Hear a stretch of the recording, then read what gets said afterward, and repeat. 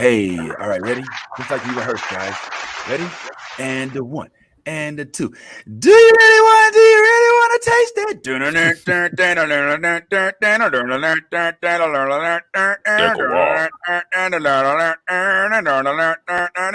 Here's it go. It's about time, son of a town. That is wrong. And it's not bad, done it down. I walk through the side, it's all like a shining thing. Hey, it's about side, Bunny Martin. And it's about, and the glass outside of my thing. Oh, it's so young, do you really want to taste that?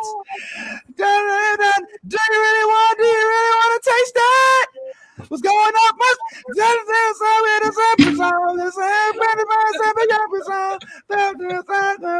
Oh, though you know the invisible power.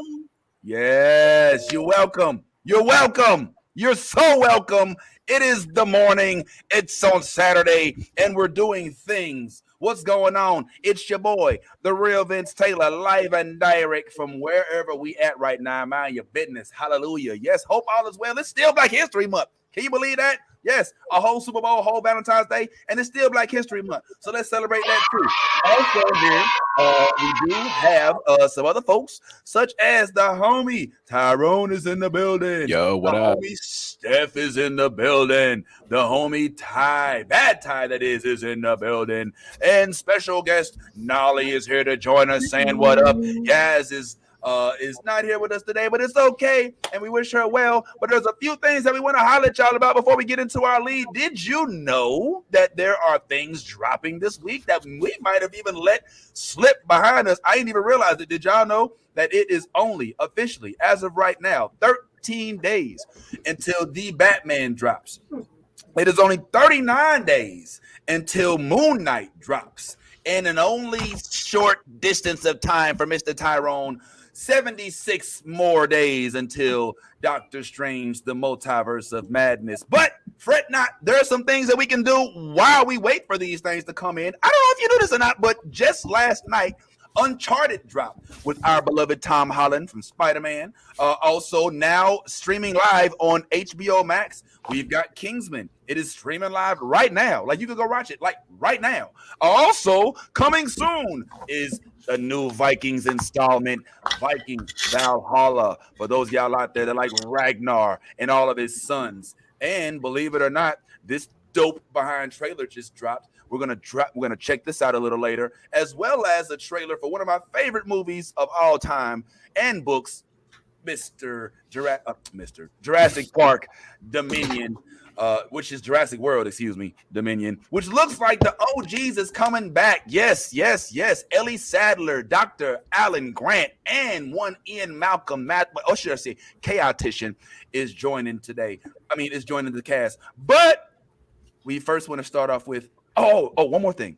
Bel-Air. Have y'all seen this show? If you haven't, you should, because it's dope as hell. We definitely want to talk about that too. And of course, we are going to discuss one of my new favorite shows, Raised by Wolves. If you ain't been watching it, be prepared to have your mind completely intercoursed. I don't want to say the F word because Steph got me feeling all nervous about saying the F word now.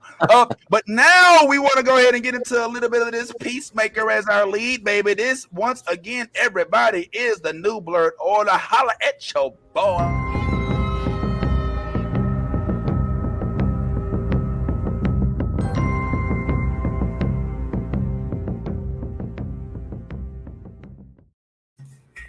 Alrighty. So guess what, everybody? This week was the season finale of the Peacemaker show on HBO Max. Dare I say, which could be very well the best DC show outside of Watchmen ever on TV. I don't know if I'm alone in thinking that or not, but we got the whole panel here to discuss. And so let's get some straightening right now. Hopefully everybody had an opportunity to to watch Peacemaker. I know 4 out of 5 of us more likely did. All right. You know what I'm saying? So that's cool. So spoilers are coming because it's been like 4 days. But somebody did inform me that they didn't mind spoilers as long as it's not Marvel or Star Wars. So I think that it's perfectly fine. But yo, bad Ty, I gotta go with you, man, because me and you been geeking out on this all week, bro. The Peacemaker last episode, man. hot, not. What you thought about it, homeboy? I mean, it was a good ending to so far a nice story. I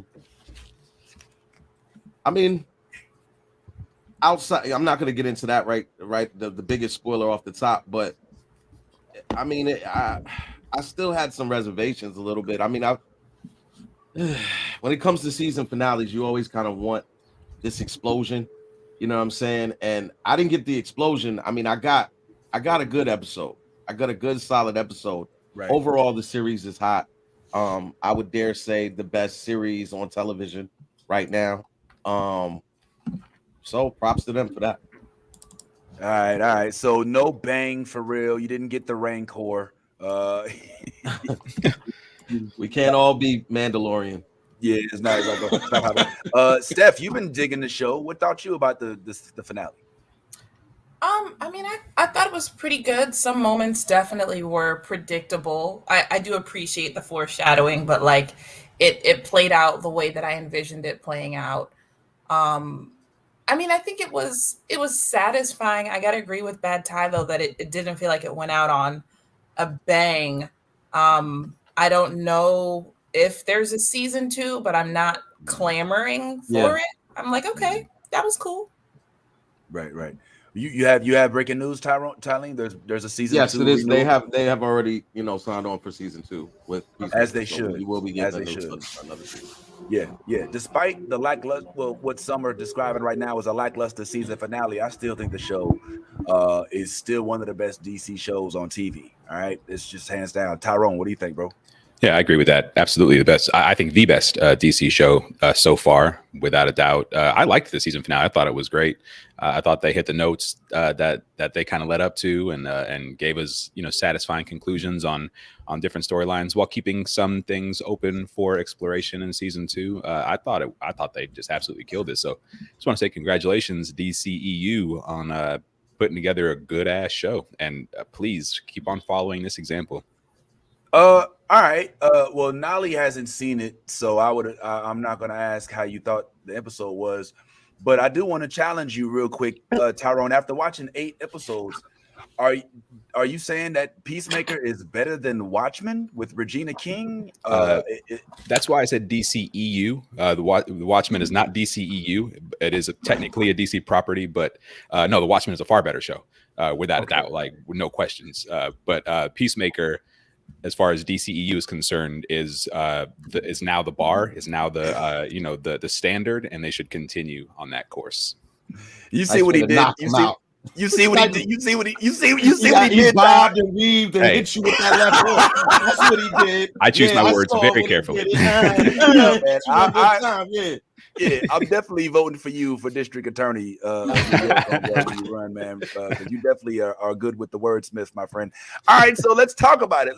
Now, Nolly, we're gonna talk to you as the person who hasn't seen the episode yet. So we'll try, but I can honestly tell you up front that I'm probably gonna not be able to contain myself and spoil. Look, live your best life. Right. I plan to binge it this weekend, so I'm fine. Well, it'll still look dope when you watch it, but you'll know what's going to happen before it does. All right. So anyway, so in this most recent episode, there was a lot going on. Oh man, I feel terrible. Like as a dude who hates spoilers, to sit next to somebody who's gonna spoil, it's hard for me, man.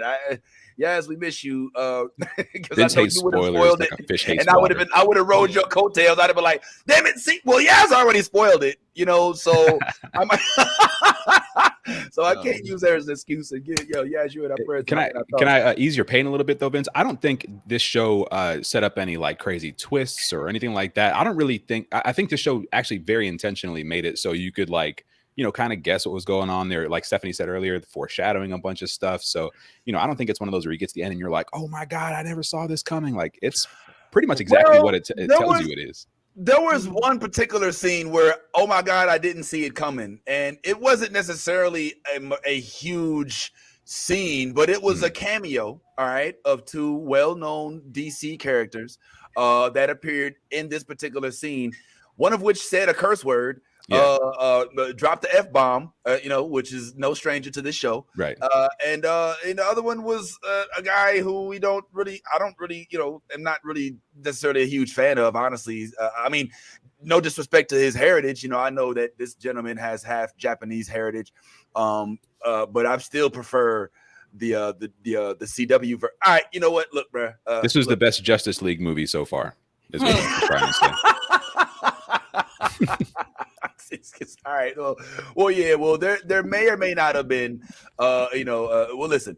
The question is, does Peacemaker now become a vital part of the DC brand? You understand what I'm saying? Like now, when DC starts to trot out their things for Comic-Con, are they now renewing updated comics of Peacemaker now because of the renewed interest as a result of John Cena's character? I think that's something that we have to look forward to. I mean, him and Deadpool are leading the adult comic book live action genre.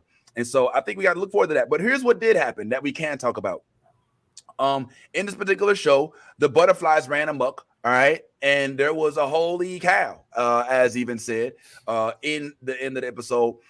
Now, as for what happens, I don't know if we want to talk about it, but I do know what happens that we can definitely talk about is the fact that Adebayo has now had a full change of heart. All right. Adebayo is now on team Peacemaker, completely exposed. And there was even, an appearance from, one of her relatives. And we also know why her last name isn't Waller. So I don't know if that really does anything for us. I don't know if anybody here watches Batwoman, but I feel like they are really trying to merge these CW and HBO Max shows. So Tarleen, do you think that now that Amanda Waller has put together this team, and now that her daughter is taking center stage, you think that she might end up being kind of like Rosario Dawson was in all of those Netflix shows, and she's a point of interest that can go between different universes? You know what I'm saying? Not with Viola Davis. I don't really see her doing CW. No. I mean Adebayo. Oh, Adebayo. Yeah. I don't know necessarily that they want to merge with CW. I think it's pretty obvious at this point that HBO Max may be the platform that drops the rest of the DC series that come out. So I think they're gonna keep it how they have it right now, which now we know that they're willing to cross over into the DCEU. So I don't see any CW coming into this at all. Like that would be that would totally that would sully the whole thing that they got going on. Like just leave CW over here and that's it. Because no. But I mean, it was you that made sure we didn't overlook the fact that she mentioned that she's going back. Her wife mentioned she's going back to Gotham. That her sister is likely Batwoman, right? Batwoman is a CW show. Adebayo is the the wife of the sister of what you say is Batwoman. So they've already, done it according to what you say. Well, no, a Batwoman is a character in the DC universe, so you don't necessarily have to use the CW version if that's what you decide to do at some point. So no, yes, they did allude to the fact that her girlfriend's sister could be Batwoman, and if that's the case, cool. It does open the door for you to at some point bring a version of Batwoman into this universe. Maybe in one of the Flash movies or one of the upcoming movies, or you just do it on the show now because you've now opened that door to be able to do that. So, what would you want to say something, Tyrone? I think Ty actually answered my question that I had, and it was going to be: have they established Batwoman as part of this DCEU that we're familiar with, where the Justice League could show up in her show. Is it that same universe? Because DC is kind of confusing with the different universes that exist. Like, I don't know who could show up in who shit, because I never know, which universe we're in, I guess. Right. Yeah. It is weird. DC has definitely not been as seamless as the Marvel shows, in which the MCU is in every show. And not necessarily, I mean, it was monumental when they did bring the Flashes on for Flashpoint. And even when they did the Superman thing with Dylan Clark and with the new guy, but it still feels forced, right? It feels like they're trying to keep up, right? It feels like they're, like, oh shoot, they're doing this multiverse thing. Let's hurry up and do this Flashpoint thing. I don't know. We tend to one thing we do, Nolly, here collectively in unison is have a love-hate relationship with DC Comics, which got me in trouble last week when we were talking with Yvette Nicole Brown, who is also the voice of Amanda Waller. So Stephanie was like, "Shut up! We got a DC worker on panel." I was like, I cannot. I'm sorry, I didn't. So, what is it about? I mean, I noticed that your statement, Nolly, was, "Listen, I don't mind having spoilers as long as it's Star Wars or Marvel." What is it? What is it about DC that just does not interest you at all? I have no idea. It just doesn't hit the same. That part. What did she say? What she say? Fill me in. What happened? Yeah, She said it just doesn't hit the same. It just They don't hit the same. Yeah, it just don't hit the same. Like, are you a Batman fan? Are you anti-Superman? Are you? I mean, Aquaman? You don't drool at the Jason Momoa posters? no. Like, how many times we're gonna do the orphan story? Oh, whew. All right. Well, Spider-Man was an orphan, but it's all good. So you're not going to be in line to see the new Batman movie then? I mean, I'll stream it, but hey, I know Ty. about paying to go see it. Hey, you know what? I know somebody who's got the hookup on Fire Sticks. And if you talk to them, you might be able to see it from the comfort of your own living room. Well, yeah, man, DC, just the characters weren't as relatable for me. But one thing is true, and that's Peacemaker was one of the few that I could watch because I'm gonna keep it real. It's hilarious. You know what I'm saying? These dudes are funny as shit. Although I will say the banter did get a little annoying toward the latter half of the season. I was like, all right, we get it. You know what I'm saying? We get it. Every little quirky little, it started. I don't know if I was the only one. I was like, all right, calm down. You know what I'm saying? Enough of the. It's a little much with the quirky. Too much weird fun banter. and humor in this show, guys. Dial it back a little bit. I want to be sad. Yeah, I don't know, man. It's like when the dude's like, hey man, could you at least announce that you're going to be sarcastic? I was like, all right, man, come on, man. Like, I know you're a psychopath according to the Stephanie rules of psychosis. Absolutely. But it just got a little much for me. What about the fact that in this episode, Peacemaker had to do what he basically, I mean, if y'all think about it, Peacemaker actually in this season was exactly who he said he was. All right. If the butterflies are included as people, all right, then Peacemaker did kill, you know what I'm saying, women, children, and men to keep the peace. That was what he said he was in Suicide Squad. So he actually did, even though he didn't want to kill the kids. Once he found out there was butterflies, he said, oh, I'll kill butterfly kids. You know what I'm saying? No big deal. But the other thing that happened was Peacemaker actually decided. Yeah, no, he didn't kill the kids. That was Vigilante had to step in and do it, right? Yeah. Is that what happened? Yeah. Yeah. Oh, wow. You're right. Yeah, with the sniper rifle, yeah, he had a great time doing it too. Look at that. See, I was doing that to test Stephanie to see if she was still actually watching. And well done, Steph. You looks like you passed the test for the day. Nah, man. Well, that happened, and I think that's where we learned that Peacemaker was starting to not be as much of the Peacemaker as we thought he was going to be, I suppose. And when that happened, we kind of got like, all right, I'm playing musical boxes. We kind of got like, all right, well, what's going to happen now? Another thing, before we kind of get off of this subject, is I don't know what's going to happen with the butterflies now. You know what I'm saying? Like, somebody help me understand, like, what is the plight of the butterfly here? All right, is if they're going to kill, if they're gonna kill them off, all right. If the objective is to get rid of the butterflies, then why keep any of them around? I mean, we don't even know for a fact that they're all gone. All we know is that the human bodies that they were driving have been laid down. But evidently, at the end of this, there seemed to be some sort of, reveal. What's up, Tyrone? And I was just going to say, just the people who were guarding the barn are done. If you remember, it was like the second or third episode, there are butterflies all over the world, a lot more than they thought. So, and I just wanted to throw that in there real quick, please. No, that's a great point. I didn't think about that. So basically, just the folks who died. But here's my point though, Tyrone.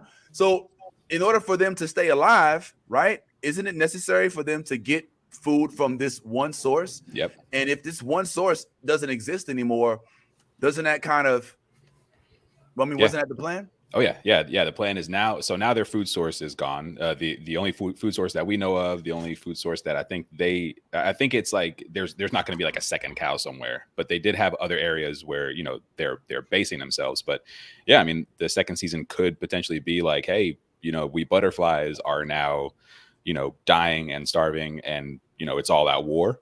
Or it could be them trying to find a new food source, and who knows what that could be, that kind of thing. So it definitely sets up a whole new set of problems for the butterflies.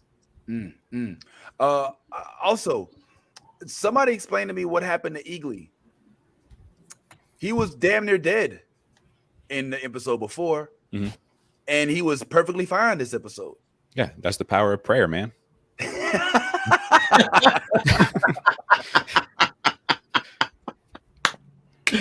Yo, he's on time. Won't he do it? Won't he do it? Oh well, all right. Outside of prayer and sacrificial lambs and things like that, like, I mean, was there any? Did I miss something? Like, how did I don't remember Eagly going into a hyperbolic chamber or into no back to tank. No tank, no back to tanks. Well, how did Eagly end up just coming back in full force this episode? Like, nobody knows. Is that just a mystery? We can put that on our, huh?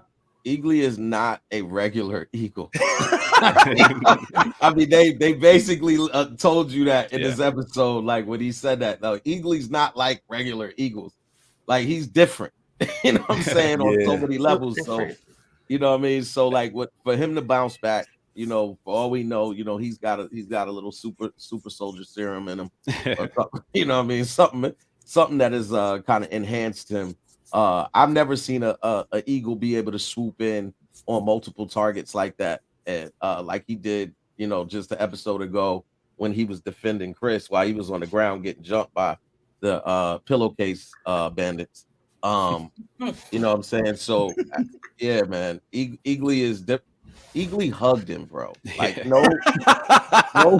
no regular upstanding eagle is out here hugging human beings. So if that doesn't tell you that he's different, I don't know what else you need to see. They did take him to the vet last episode too, and the vet stitched him up and stuff. So I think they covered enough bases. They were like, this will do. This is fine. And like I said, I agree with Ty. Eagly is no ordinary eagle. So take him to the vet. Get some eagle aspirin, a little prayer, boom, good to go. Eagle aspirin. Something for the pain. How do you even? How does an eagle take? All right, you know what? Whatever, man. All right, just a couple more things about Peacemaker, man, and then we can let this one go because I'm not gonna lie. I'm in agreement with Todd Leem that this episode was a final episode, but it didn't go out with the bang bang. You know what I mean? I mean, it was kind of lackluster.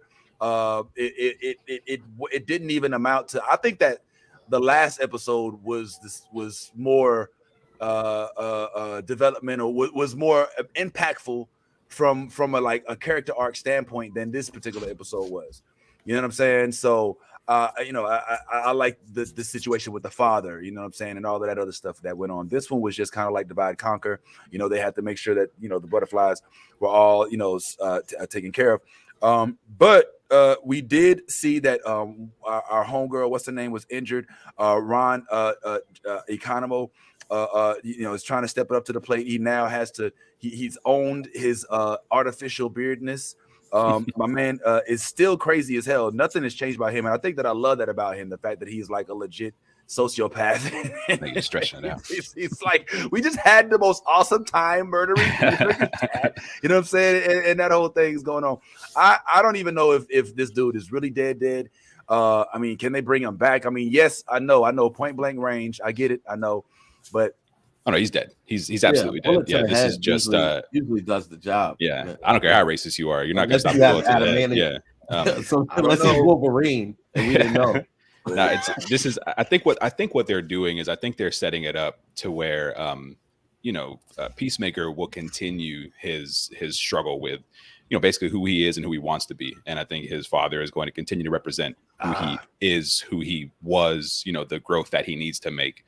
So I think we'll see more of that, and I hope that they continue that, because I feel like the beginning of the season was really heavy on that, and we got to enjoy kind of like watching Peacemaker struggle with his identity, and then we like in the last 3 or 4 episodes we really just dialed into the story, the butterfly story. So I hope that we get more of this Peacemaker climbing out of his racist past and that kind of thing.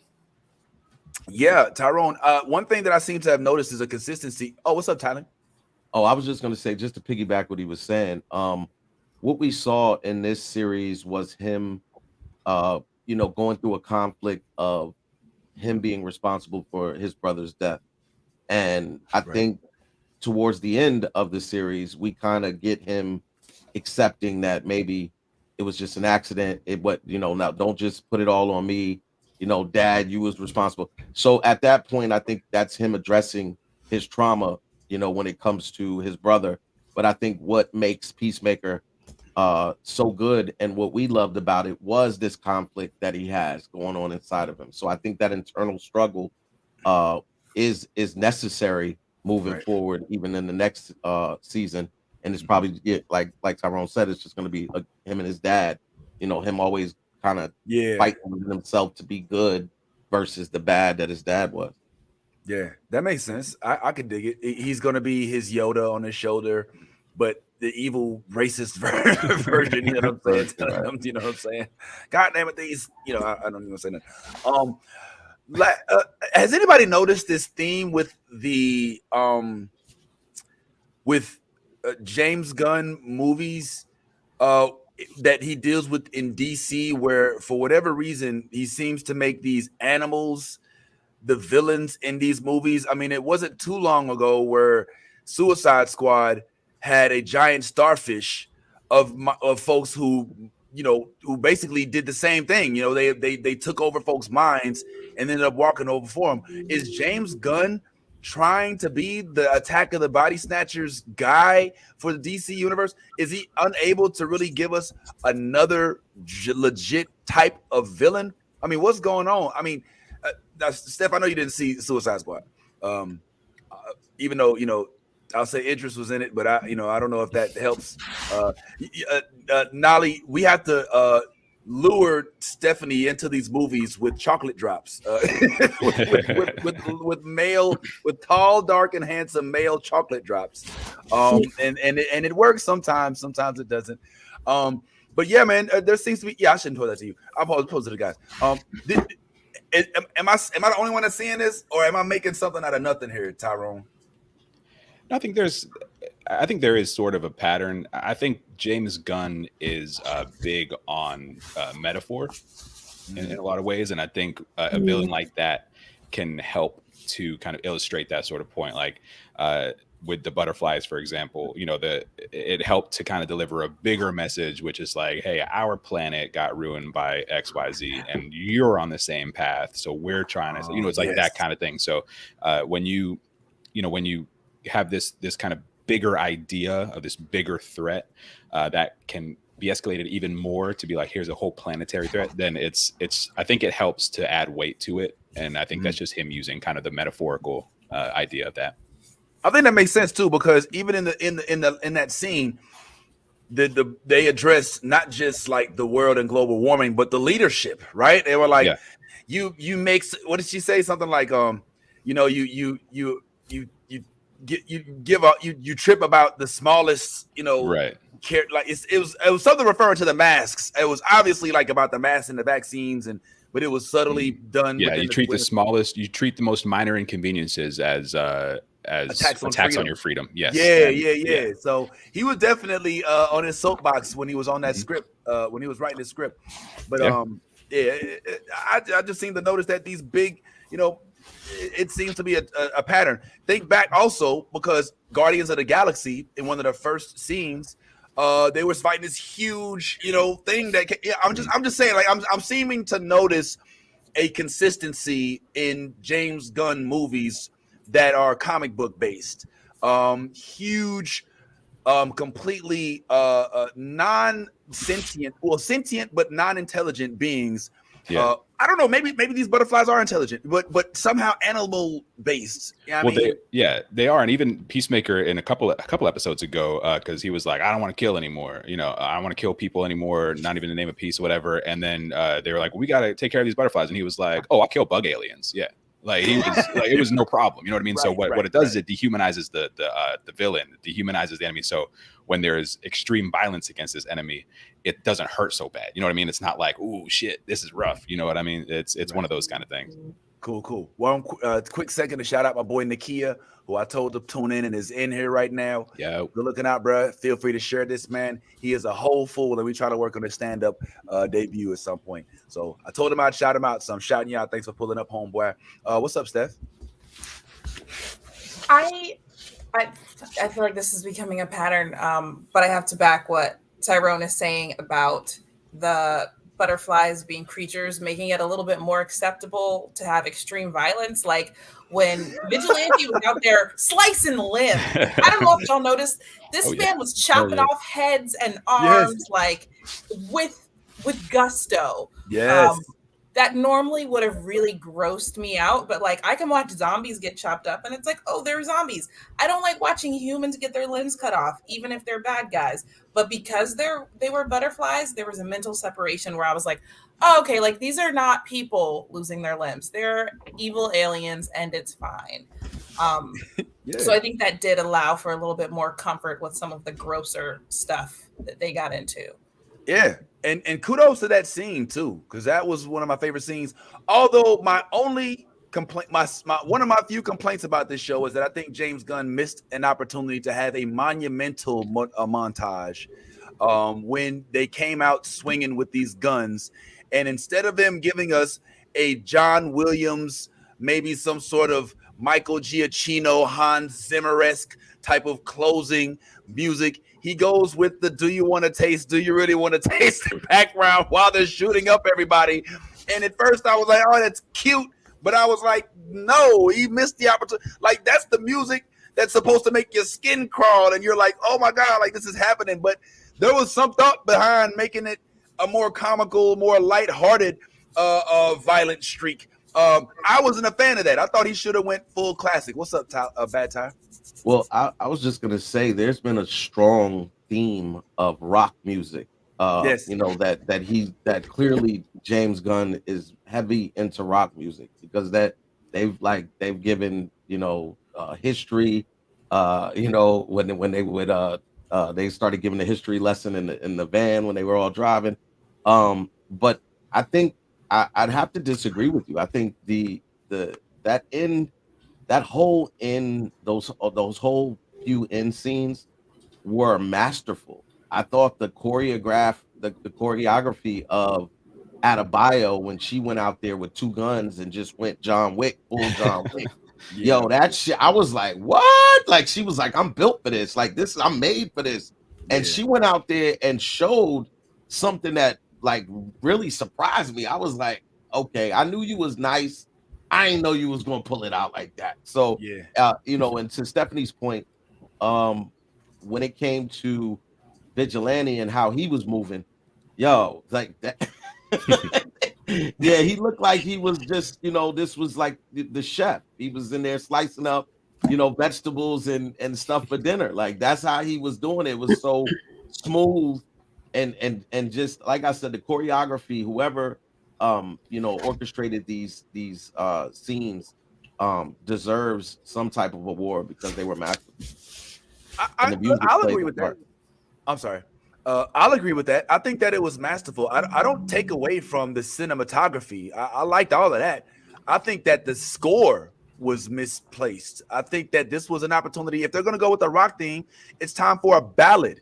It's time for a moving song. Look, I studied this music portion of this, and man, if you take that scene from Transformers, where they first met Bumblebee and learned that he used the radio to talk, and if you take a rock song and put it behind it, as opposed to that Hans Zimmer, that Michael Giacchino music that was from the soundtrack, then you don't get those chills. Like, the music sometimes adds to it. Now, I know I'm going into a completely different nerd space here, as it pertains to music, but I'm gonna keep it real, bro. I thought it was a missed opportunity. That was a scene almost. It was the version.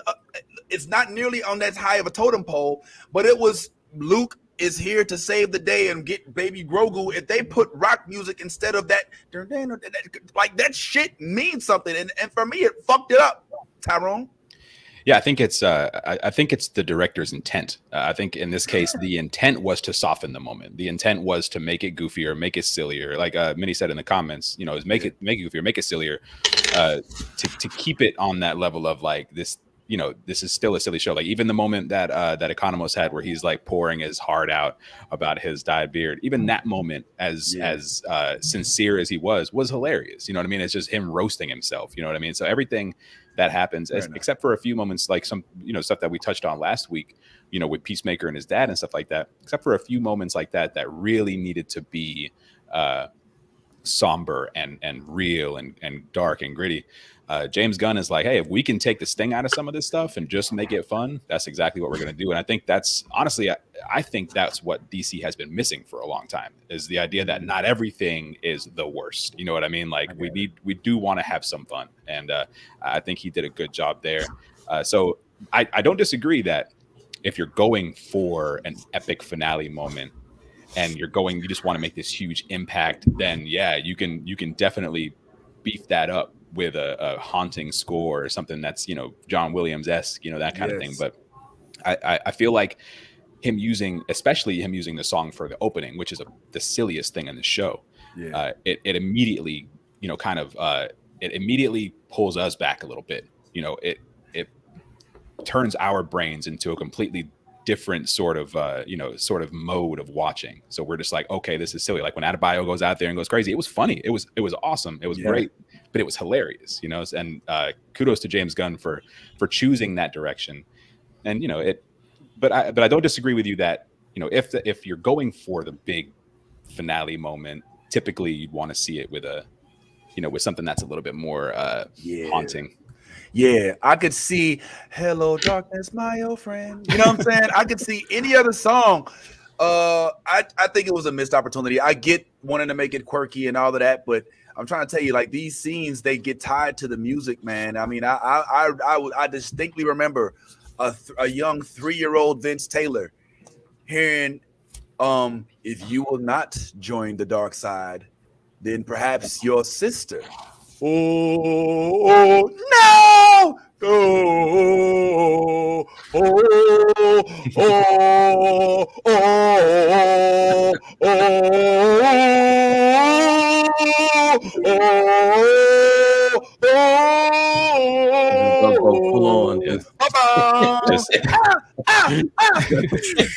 Now I'm a Jedi, like my father before me. So be it. Like, I remember the whole entire thing soundtrack included, bro. All I'm saying is, you know what I'm saying?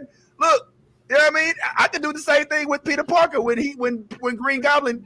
All right, I'm sorry. Let me stop. Yeah, just a real aside, real quick. If you've ever had the opportunity to go and watch a movie while there's an orchestra playing the score and it's like happening live, if this is how you feel about music in movies, this will change your life. You need to do this. I saw Star Wars: A New Hope, Episode 4. I saw that shit with like an orchestra playing the score live, and it was incredible. So please find that. No, this was in Jacksonville. This is the Jacksonville Symphony Orchestra. Yo, we can actually find that video. We can actually find that video and show you. I mean, it's probably not the same because you're not there, but I mean, We can show you the video. Yeah, it's incredible. I just wanted to let you know because you were so excited, and I wanted to let you know that's a thing that exists that you should absolutely seek out and take advantage of. Because what video you talk about, Ty? There's a video, and it's his brother. Had an opportunity. My brother got to sing the Duel of Fates with Yo! He got to sing that shit on a live show with the actor who plays C-3PO was emceeing the show and stuff. Yo! This is the whole other thing that I'm talking about though. Yeah, but there's a lot of stuff like that, especially Star Wars stuff that's running around. You should look for it. Okay, all right. For those of y'all, all right, whoa, all right. Look, for all of y'all watching right now, if you don't know the Duel of Fates, I'm gonna do you the favor and I'm gonna sing it for you right now. That's all what right? saying So today. go ahead and just go ahead and wake up the family and cut your speakers up real quick. I'm gonna go ahead and sing it for you right now. Hold on, man. Let me get a better background, man. I need some Star Wars this, man. Then we're gonna come back. Hey, what's all that, bro? Don't That's the brass section just tuning their instruments. They want to make sure they're good. Man? Hold on. We got the Duel of Face coming on. It's me and R2. We're going away. And oh,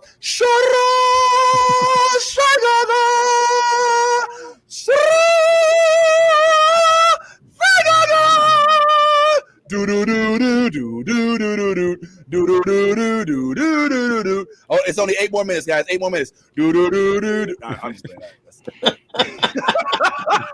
I didn't mean to take you on this big detour, but no, I'm so excited that this is something that you now know exists, and I hope that you get to experience this live. I don't know if you'll survive, but like it's something that you should absolutely experience.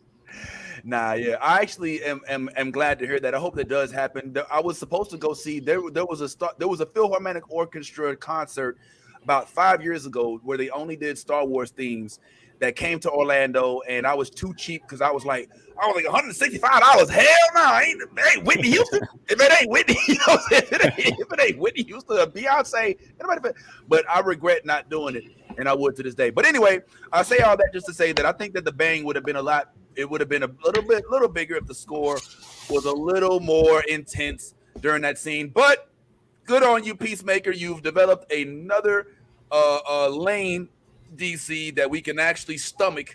In addition to all of the other CW shows, this is honestly the second to best DC show, first in the DCEU, if we're going to speak from a lawyer standpoint. But yeah, man, keep it coming. We're looking forward to season 2. Looking forward to seeing if we can get any appearances from, who knows, maybe some other DC characters. As you saw, there were a couple cameos in this one. But I say that to bring you on to what I have been waiting so long to talk to y'all about. Me and my dog, bro. This is how this show got started, bro. When we started watching this weird ass show, unlike any show we've ever seen, called Raised by Wolves. Now, listen, don't go nowhere. Hey, look, hey, you stop. Don't go nowhere. All right. I know this is not Marvel. I know it's not DC. I know it's not Star Wars. I know it's not mainstream.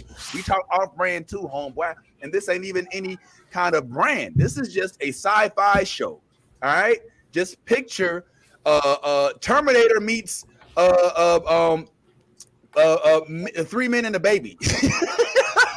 It's great. Yo, listen, I don't know how to describe this show in a manner that will get your interest. But me and Ty Leem talked about this show for months on end, to the point where it made my wife say, y'all should talk about this in front of a camera and record it. and then this whole thing was born. So I just wanted to really quick just geek out with Ty, and y'all please feel free to chime in. I don't know if Tyrone has had a chance without spoiling the second season, because it sounds like Tyrone has already seen. Don't worry about it. Y'all can go ahead. I'm still gonna watch it. Okay, cool. Yeah, well, I hope that y'all do watch it, and I can honestly say that us talking about this stuff today probably won't spoil it, because it's so complex. Y'all will forget by the time you see if you do watch the show, which I encourage you to watch, you will still be like, whoa, what the fuck is happening? Now, after this, we definitely want to I would like for us to touch on the Bel-Air show. So don't go too far, y'all. If y'all out there and you're wondering what's coming up next, we want to talk about how y'all feel about Bel-Air. I'm loving it, and we can talk about that. But for right now, man, This freaking Raised by Wolves is on season 2. It's an episodic show, which means it does not release them all at once like Netflix does for their shows. So every week we're waiting for a new one. I could see us following this, but it starts off with 2 androids. All right, let's just call them androids. They don't reveal at first that they're androids, but they starts off with a family. All right, an interracial family of of androids that are watching kids that evidently are the last of a certain kind. They're escaping Earth because Earth, as it is in the future of every freaking movie that's science fiction, is completely fucked up, atmospherically, leadership wise, all that other good stuff. So they go to this other planet where they're supposed to raise a new batch or a new age of what they call atheists. You see, in this particular realm, there's 2 different types of folks.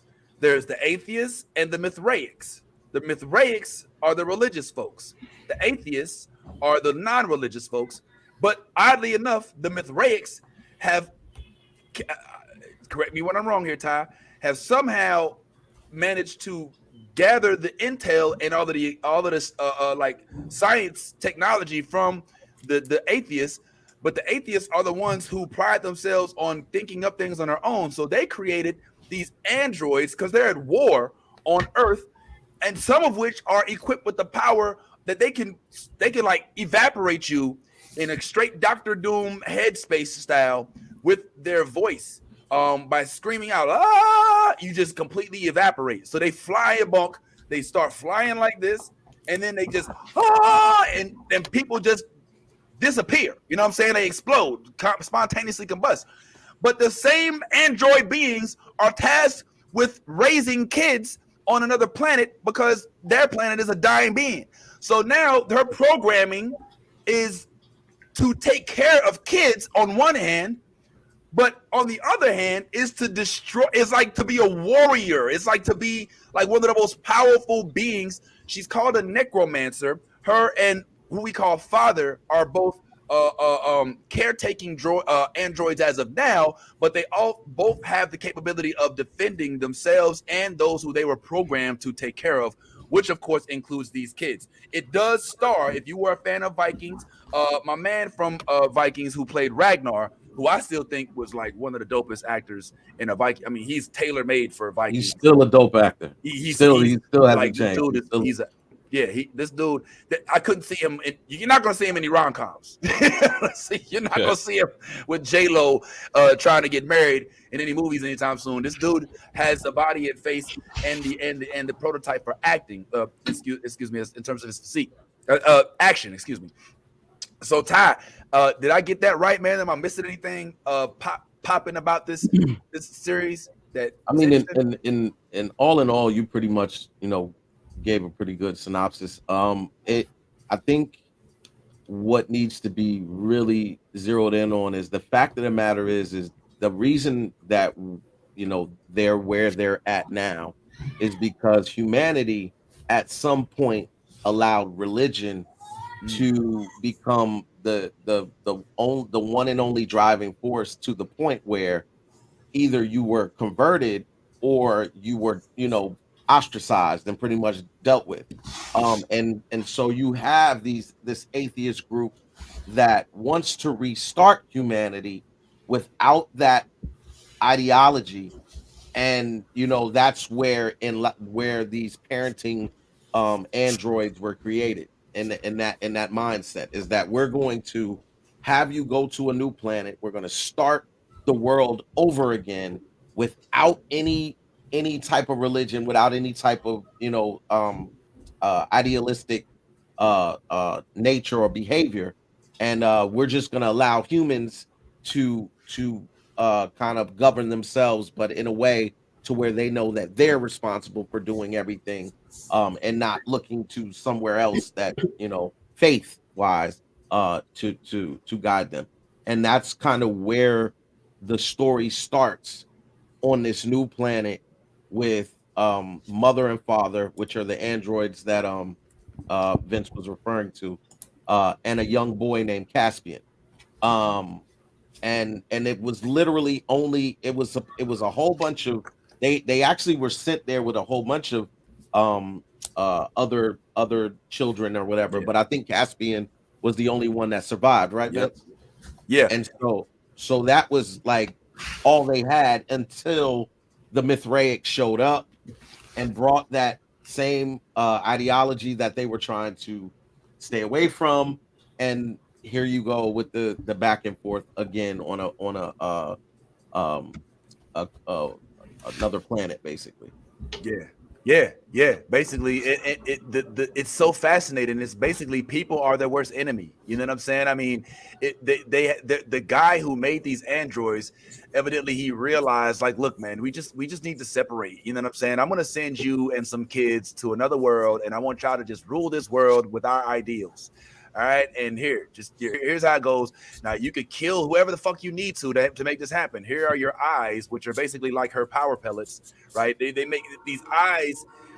It's like giving Spider-Man his power. Like it's like what's the way to? It's like the ring for a Green Lantern, right? Like it gives her these powers. It gives her the ability to float. Makes her invincible. Like she just look. She turns into this like completely indestructible fuck, and you're just like, holy shit, you know what I'm saying? And but she's also like a mothering, and I think one of the interesting dynamics, and I'm really interested to hear if Stephanie watches this show how she feels about it. It's interesting because they program androids to be like humans, so they end up with human like characteristics, including in their relationship. So like mother and father will have problems, and mother will be like, well, my caregiving program is telling me that we should take care of the kids. And then the father will be like, well, mother, obviously your caregiving program is not as superior as my caregiving program, and I believe that we should protect the kids from every.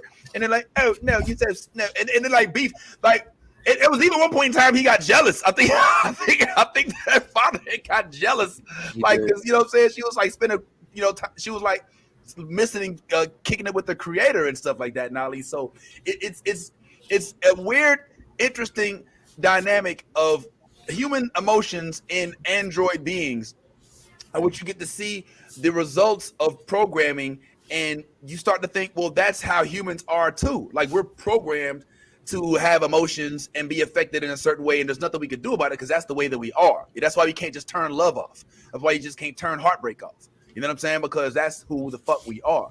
So I'm really eager to hear what Steph has to say about this relationship. I know she's not watching it. I know the last thing she needs on her extremely long list of things that she does is another show that she's not going to get or like or see enough black women in.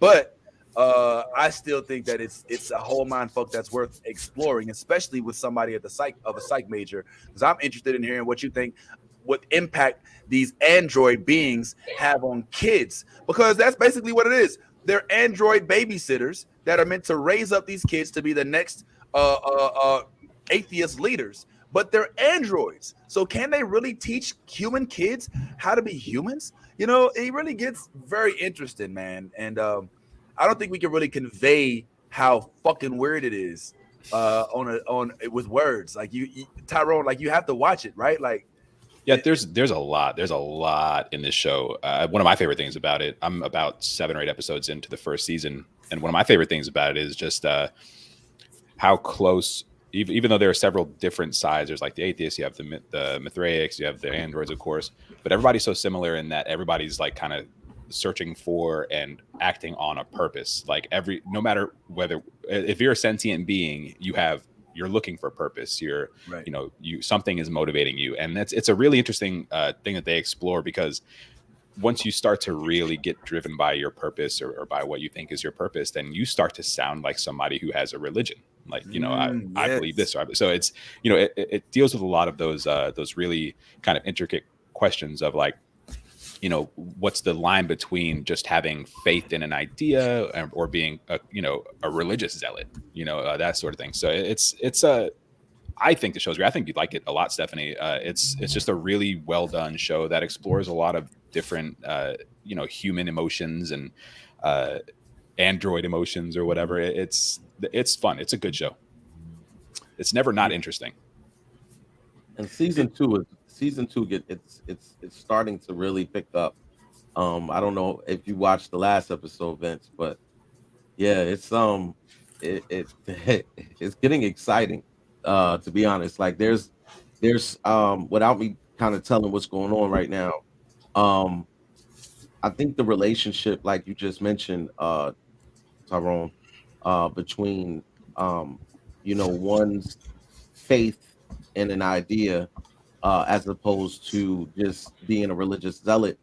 That definitely they kind of spotlight those points, and then also give you like moments where they show you how faith, how powerful faith can be, but then you know what are you believing in? Like it's like Mhm. once people realize Right. that they're not that they're believing in something that they didn't know they were believing in, then you see their transition back to non-belief, and it's like yeah man. I'm gonna shut up, but there's definitely some really good stuff to touch on in season 2. Yeah. Since we can't. Oh, go ahead, Tyrone. Oh no, I was just happily and excitedly agreeing.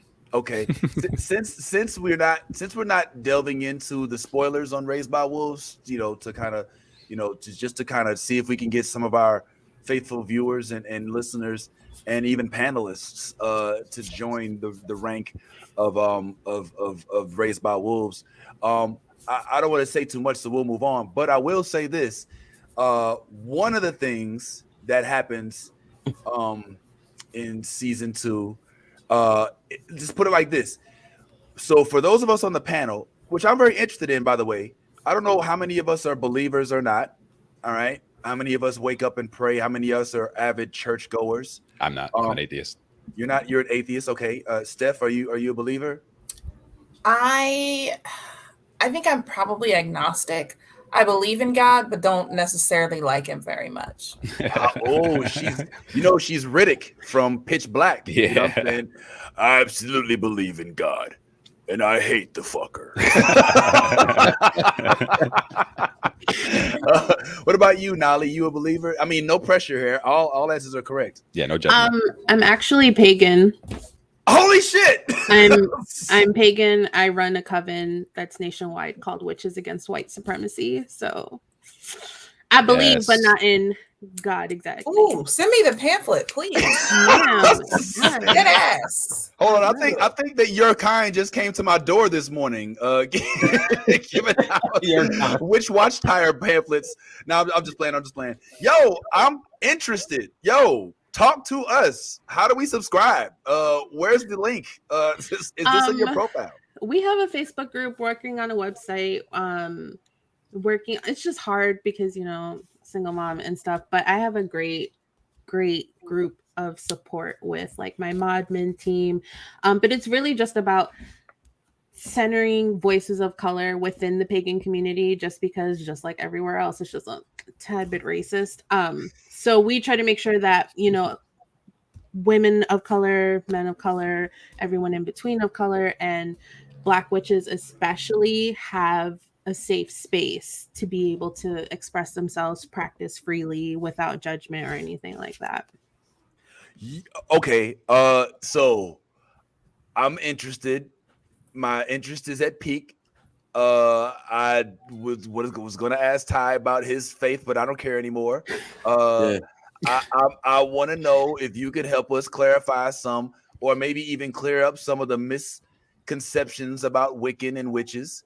Okay, I'll like do my best. Sacrificial, human sacrifices and frogs in stews, moonlit ceremonies, with charging crystals. Like what does it take? Like if Steph, which I think she's leaning towards, wanted to join the Wiccan, like what does she have to do? What does she have to relinquish her religion, or what?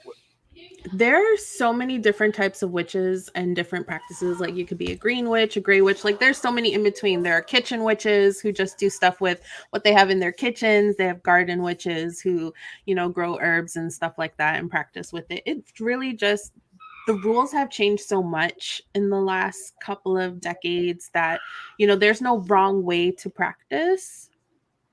And there's just different avenues that you can explore with it.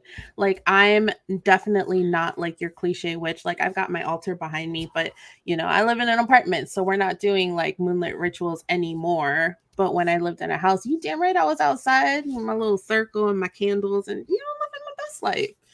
It's just, there's so many different ways to practice. There's no wrong way. As long as you're not sitting there like, yeah, I'm going to put you in a jar. I'm going to hex you and send you all this negative energy. Like, that's not how it works. But otherwise, it's fun. All right. So before we move on, the pagan aspect of it. I mean, from what I understand, pagan, it has multiple meanings. So all right. many. The original understanding about pagan was those who don't adhere to a monolithic religion, and it could be considered polytheistic. And the other one is just one who does not subscribe to the traditional religions of the world that are mainstream. What exactly do you consider classifies you as a pagan? Is it the acceptance of the existence of multiple gods, or is it just the non-traditional sense of your belief system? So for me, it's more the non-traditional sense. I was raised like every other Afro-Latina in a Catholic household. So we went to Catholic school and all of that stuff. And I really started in high school. So it was like super taboo. Couldn't talk to anybody about it. Had no friends. But for me, it's definitely not subscribing to like the traditional sense of religion. Like, I will pray and do offerings to several different types of gods and goddesses, mostly the goddesses. And it's not like particular, like, you don't have to stick with just like Greek mythology. You can go anywhere, indigenous gods and goddesses. I have a lot of people who, do offerings to Ocean during regular like Wiccan holidays. Like, everyone's mixing it up these days. You just have to find what speaks to you and kind of just go for it. Okay. All right. I have so many more questions, you know what I'm saying? And this is not over by any means. But man, I'm curious. Like, do we include the Alkebulan gods? Are we going with just Greek? Oh wow, holy snap! Like, is Thor and Loki in there somewhere? Do we talk absolutely. to Odin? I have like a small like Loki statue somewhere for my chaotic energy moments. This basically sounds like the MCU. It sounds very good. It sounds exciting. Yeah. Can we do a show from one of your ceremonies? Can we videotape? I'm down. All right. Here. Okay, we're gonna explore this whole thing that's going on right now because I'm fascinated with it, and I dare I say am interested. Because I'm me as being well. Let me ask Ty first. Ty, I know you have faith. What's your ordeal? What's your beliefs? I mean, you don't have to go into it. You know what I'm saying? But I mean, I'm about to like low-key become part of her religion, and just so I can cut off one of your nipples and it's gonna be immediately banned.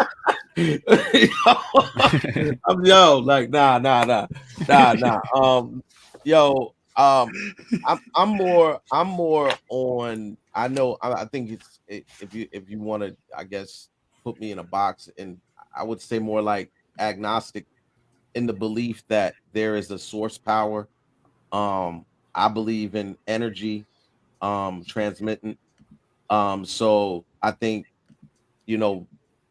energy never dies. And so when we die, we just are recircumvented into, life again. That's why we have, all of these things that we call deja vu and stuff like that, where you feel like you've been here before, you've done this. And I think those are indications of past lives and everything like that. So yeah, that's what I believe in. I believe there's a source power, and that when we die, we don't die. We just enter into another husk. Okay. Well, that's typical of most belief systems that are centered by an omniscient or omnipresent being. Is there's this ever presence that exists even beyond the realm we're in. Me and Steph sort of sound like a couple. I'm agnostic. All right, I which doesn't mean it just means I don't know. You know what I'm saying? It doesn't mean that there's no God. It doesn't mean that there is a God. It's like I don't know. I'm comfortable in that question mark space.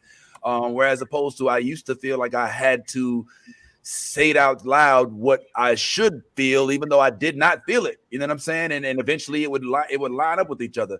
So I mean, I do not know. I mean, they talk about the Big Bang, they talk about Adam and Eve.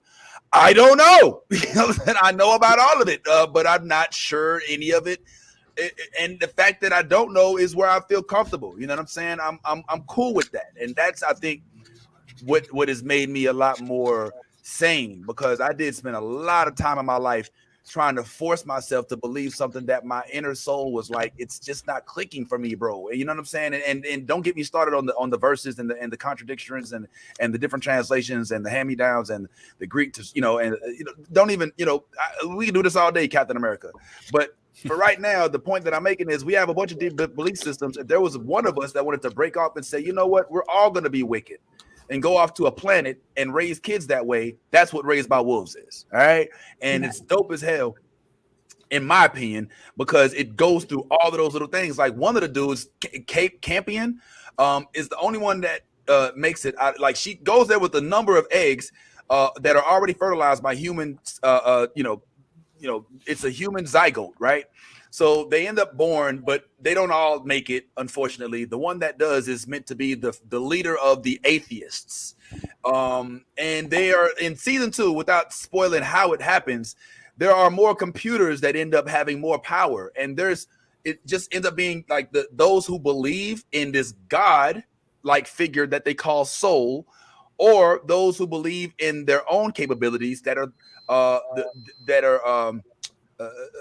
they're the atheists. All right, the soul folks are Mithraic. But the thing I'll say is, in this particular series, they do this one thing that I thought was extremely fascinating, and it's perfect. It pinpoints my issues with belief systems, and it's this dude. Where is it? Yeah, this dude right here. Right, he ends up eating or consuming, shall I say, Ingesting. Yeah, let's say that. This object that gives him powers, right? But instead of him accepting that as what gives him powers, he takes it as it's his God giving him powers. Then he starts hearing voices and he starts getting these messages. And then it turns out that uncover that there's a signal. There is a radio frequency. There's a signal that's being transmitted from somewhere that is putting messages, but he doesn't know that, right? So he thinks it's from his God. And that's what happens, right, with religion, right? You wake up this morning, you say, hey, God woke me up this morning. Yep, he did that for the roaches too. All right. and everybody else on the, I got the call that I wanted this. I mean, I don't want to get into a big spiritual religious debate, but all I'm saying is that this show embodies the complexities of belief systems and how sometimes something you believe is happening for one reason really is just something silly that happened. But then again, you could say, that's my God. He works in mysterious ways, and he put the signal here for me to listen. I've spoken enough. I have spoken. You know what, Vince? Also, what it does is it shows you how far people are willing to go to discount your belief. You know what I'm saying? Like that part is like, I think if you once you start watching this, Stephanie, and once you start watching this, or see season 2 and kind of follow up and everything like that, you'll start seeing the dynamic of how people will take their belief and just totally discount your belief because they believe so strongly in what it is that they believe in. So they're willing to kill you. They're willing to destroy you. They're willing to, there's that's the level of wit in which people's beliefs can somehow, turn them into a danger as opposed to just, occupying space. But yeah. And you also get to see how it affects the indoctrinated, from a young child. Depending on what you're taught, it dictates what how you conduct yourself. And that has an impact on your life too, right? Like there's one kid in here who is like a staunch soul believer, right? Paul. But Paul, right? Yeah. And on the opposite end of that spectrum, you've got Campion, who is raised by the atheist androids. And they're both in the same group now. And the way that they interact with each other as children, one believing, one not, is very interesting. You know what I'm saying? So just gonna throw that out there real quick, man, and just let that marinate. If those of y'all are not watching Raised by Wolves on HBO Max, man, if you're into science fiction, if you like Terminator, if you like 3 Men and a Baby, if you like this type of listen, this show, I mean, you think we spoiled it, but we ain't told nearly half, not a drop of all of the stuff that goes on in this show. So I highly recommend it so you can stay along with it, because I do anticipate following this show in the days to come and the weeks to come. However, it is my pleasure, and I did not know that I was going to be talking about this today. And I know that y'all probably ain't ready to talk about it because y'all ain't watched it yet. But it is my pleasure to bring up this morning the new, updated, revised reboot of Bel-Air. Bruh, I know y'all ain't seen it because it's on Peacock and they charging people to watch it. So unless you Fire Stick Ty, you probably haven't seen it. But I am here to tell you that this version of Bel-Air is dope as the fuck. And it is not no bullshit ass show. This is not a sitcom with laugh tracks. This is not something with a studio audience where you see 2 rooms, the living room and the kitchen, and maybe the patio, possibly the pool house, and the occasional throwing jazz out from the front door. No. You see inside the mansion that is the Bel-Air estate. You see like black excellence at its core. I know what Tyrone was raving about for the Wonder Years reboot. That he wants us to that we should have. That is now on Disney Plus. Watched a few of those episodes. Yes, my daughter and I, we do watch those shows, and my daughter, my 11-year-old, is in love with that show. So it's resonating in the household. But as far as for me, bruh, I turned on this show on a fluke. It you know how you go to PlayStation and it shows you all these shows that are on. I was like, oh, well, let me check this out right quick, and I was floored from the first few seconds. The first few seconds, I will spoil the first few seconds. It starts off with the J. Cole song. All right, first things first. Rest in peace to Uncle, and it stops, and he's in and he's in his bed back in Philly. And it's so Philly. Like Meek Mill's Philadelphia Freeway has a cameo in it. You know what I'm saying? You remember Petey Crack? You know what I'm saying? Like Rockefeller is an army where we can get money, get harm. We worry about, like, it is so Philly, bro. It's Philly to the core. Everybody's the John this, the John that, Northfield, Westfield, the John, get the John. And it's so gritty. It has Apple TV HD quality videography, and the actors. Now, remember Fresh Prince, right? We all remember Fresh Prince, right? What we could easily, without even asking y'all this in advance, what was one of the biggest faux pas in the entire Fresh Prince series? The replacement of Aunt Viv. The replacement of the lightening of Aunt Viv, the light washing that occurred there, and then the writing off of Aunt Viv as they tried to make her into some senile being because of some of her views. It was ready. Even remember that episode where Jazz was like, you know what? Ever since you had this baby, there's something different about you, because he was light-skinned Viv. Well, I'm here to tell you that they corrected their mistake of lightening Aunt Viv, and they brought us back Aunt Viv of darker skin, of beautiful melanin nature, and damn near, should I say, it looks damn near like a combination of the two of these young ladies. But they didn't stop there. They were like, you know what? Why just make Aunt Viv dark? Let's go ahead and make an Uncle Phil dark. You know what I'm saying? Why don't we go ahead and make Carlton nice and dark and chocolate? Why don't we even make, who knows, Hillary? Oh, excuse me, that's not Hillary. Hillary. Oh, excuse me, that's not Hillary. Hillary. Hillary. Dark and lovely and chocolate. Let's even take it a step further. You remember Jeffrey the Butler?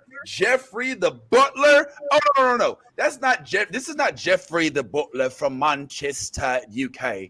This is Jeffrey, the house manager from Jamaica, relocated to London, now located here in Los Angeles, LA. Like, this show is so much black excellence, bruh. The dude who's playing Will, I think he's holding it down because he's playing the character Fresh Prince. He's not necessarily playing Will Smith, but he is doing a good job of balancing who Will Smith would have played if Will Smith was on this show and his character, without being too goofy, without being too impersonational, if that's even a word.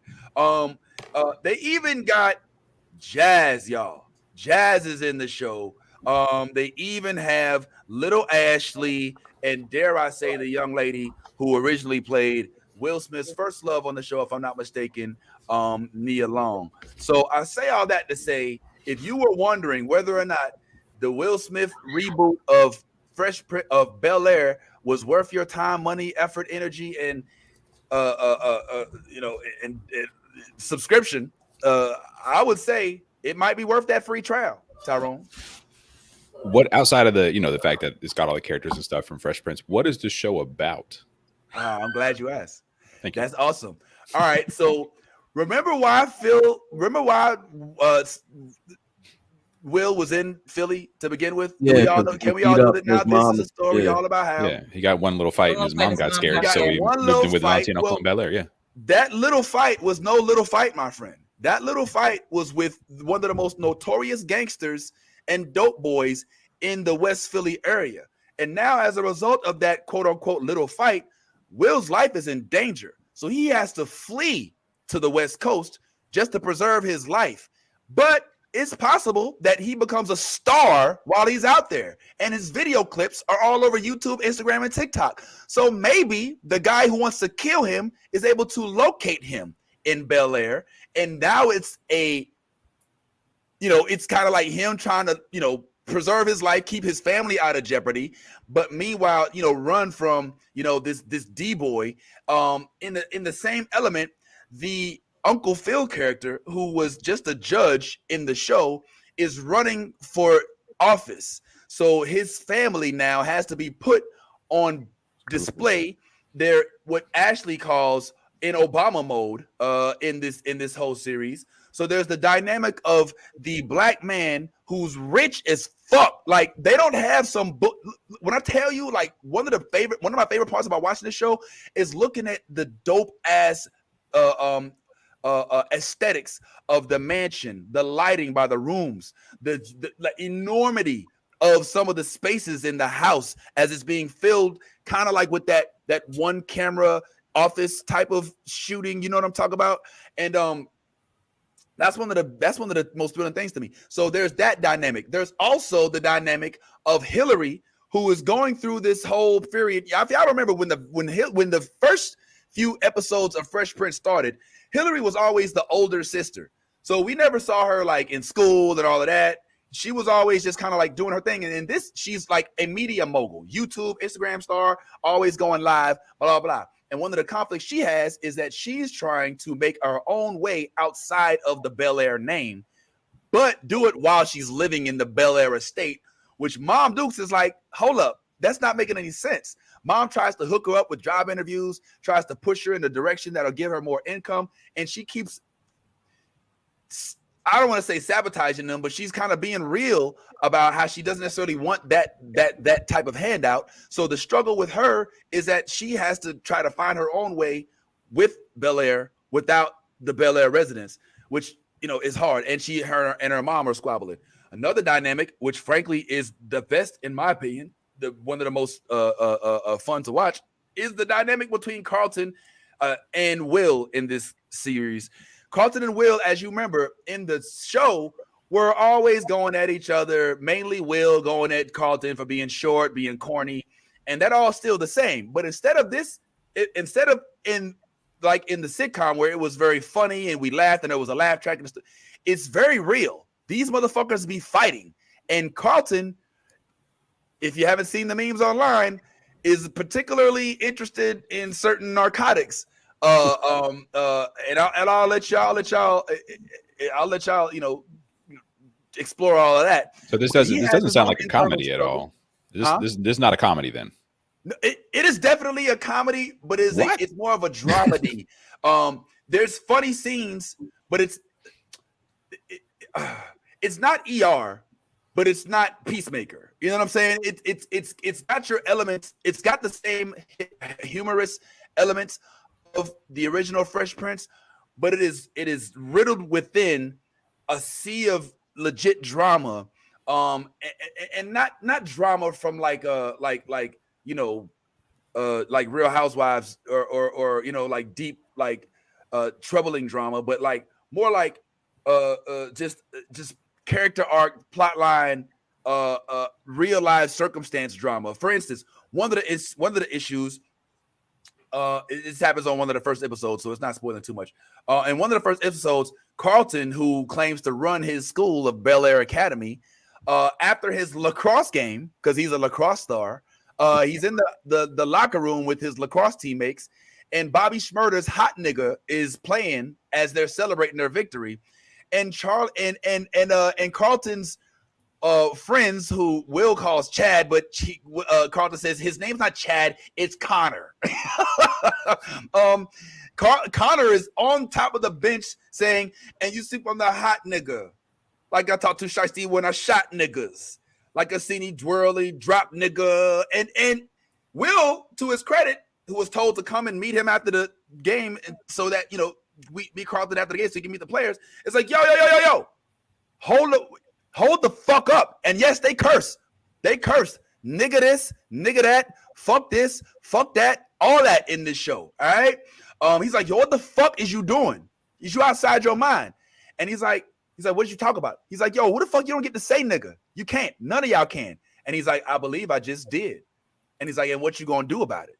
You know what I'm saying? He's like, I'm gonna beat your ass. And then Carlton comes in and it's like, hey, hold on. Hey, right, it's just my cousin. And he's like, yo, are you co-signing this bullshit? You're gonna let him get away with this shit? He's like, and he says nothing. So one of the struggles is Will, who represents the culture, having to deal with Carlton, who he's basically a coon. You know what I'm saying? And Carlton, his argument is, why are you tripping about one word? It's just a word. And he's like, it's a word that, the whole, you could see it. You can see this metastasizing. And it's just like, yo, and so you're really mad because black rappers sell billions of records to these kind of white people every day, and you're mad at them for repeating it's that argument happening within the show. So you kind of see what the show is. They're trying to do like the This Is Us thing, right? Where they have serious conversations within the script of the show, but they're using these teenagers and these actors to have those conversations. And they're doing it from a humorous standpoint with the backdrop of a beautiful Bel-Air and the characters that we know from the Fresh Prince of Bel-Air. What's up, Ty? Yeah, it sounds like a reversal of what you got from the Fresh Prince, which was a comedic-driven show with dramatic aspects. And in this case, you get more of a dramatic driven show with comedic aspects. So it's like a reversal of what they had going on the original Fresh Prince of Bel-Air. Yeah, almost to a T. Exactly. What's up, Steph? I just read a couple reviews and I'm seeing a theme of upset white people disliking the show because they feel like it's not funny enough. And have repeatedly made the point that, well, the Fresh Prince was successful because it was lighthearted and it was funny. So when they did things like talk about racism and parental abandonment, it hit harder because, we didn't expect to have those emotional conversations in a show that was so light and funny. And Bel-Air is just too heavy and too dark, and it starts heavy. And I'm like, it made me want to watch it even more. Yes. But I just feel very annoyed and angry right now that white people are criticizing it because it's not giving them enough of the dancing and the jokes so that they can feel comfortable with an occasional serious moment. Like, yes, it is a serious Black show about wealthy Black people having real life problems, and white folks get to do this all the time and it's no issue. But when it's a Black family, it's like, oh no, you're not making us laugh enough so we hate it. Exactly. Dance, niggas. Dance. Right. You know what I'm saying? Exactly. It's hey, listen, this isn't what it's almost this is not necessarily comparable, but just to kind of, if we take the black aspect out of it, there's this, and Tyrone, you probably remember this. Jon Stewart at one point in time went on this show called Crossfire, where this dude named Tucker Carlson, who used to wear a bow tie, used to discuss conservative points back and forth. And Jon Stewart was brought on to kind of be the lighthearted comedic act. But Jon Stewart went on there with an agenda. And he was like, nah, bro, what the fuck is wrong with y'all? Y'all are feeding the public a bunch of bullshit. And Tucker Carlson's like, dude, what are you doing? Like, you're supposed to be the funny guy. He's like, I'm not your monkey. These are literally his words, I'm not going to be your monkey today. You know what I'm saying? Fresh Prince and this Bel-Air show is not your monkey, all right? We are not your monkey with this bullshit. This show is more real, more rugged, more gritty, more raw, and it embodies everything from the realistic depictions of police to community relations to dealing with being a popular member of society in a community that only allows you to either excel as an academic or an athlete, or as a D-boy. And that's explored in the very first episode of Fresh Prince. The whole Biggie Smalls, either you're slinging that rock or you got a wicked jump shot is very prevalent.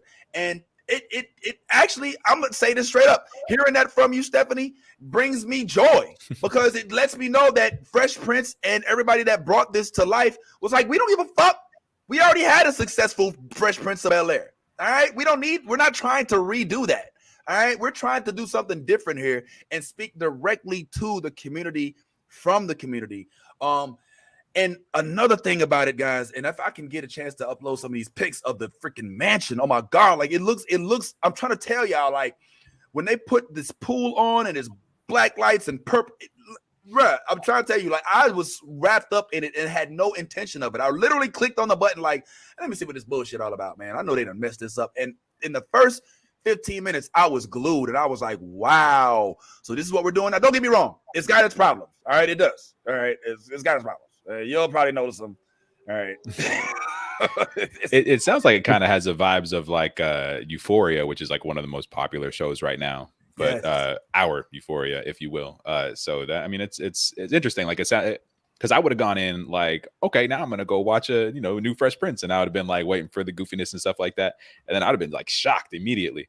Yeah. But no, if I go in with the idea of like watching that kind of like, because Euphoria in its ways is sometimes comedic.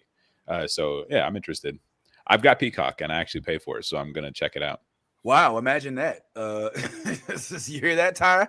How dare you? I mean, yeah. Because I'm an idiot. Yo, Nolly, were you a fan of the Fresh Prince when you were growing up? Did you watch the show? Absolutely. But I'm here for the new one because honestly, like Steph, I read a lot of reviews, mostly white complaints, but honestly, don't watch it then. Like, we're not here to entertain you anymore. It's 2022. We're building our platforms, we're building our spaces, and you're not welcome into them. If you don't like it, move on. There's plenty of almost every other TV show is for you. Amen. Relax. Yes. Take a seat. Watch something else. And just to be clear, as much as I believe that was directed at white folks, I think it was directed at folks of a certain mentality. If you're black and saying that too, same thing, bruh. Like, listen, we're not always just about tap dancing and slinging jokes. Now, I definitely will sling jokes, and I've been on a tap dance, but not for your entertainment necessarily at the snap of your finger. Yeah, for cardio. This family right here is like, this to me is giving me Cosby vibes without the, all right? Yeah.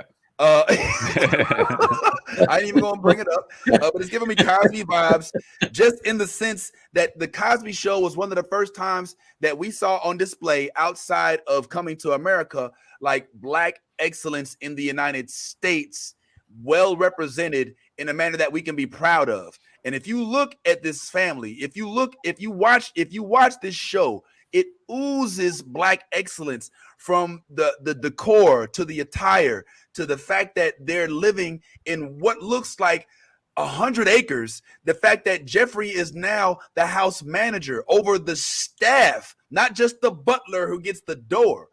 And Jeffrey Street too, yo. Jeffrey's he a beer bad man where they I know. You know what I'm saying? This ain't no puss hole where they I know.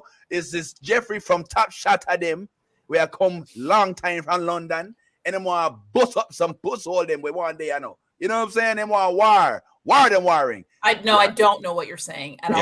I need some captions. Demand them. Demand them. Yo, man, I'm just saying, bro.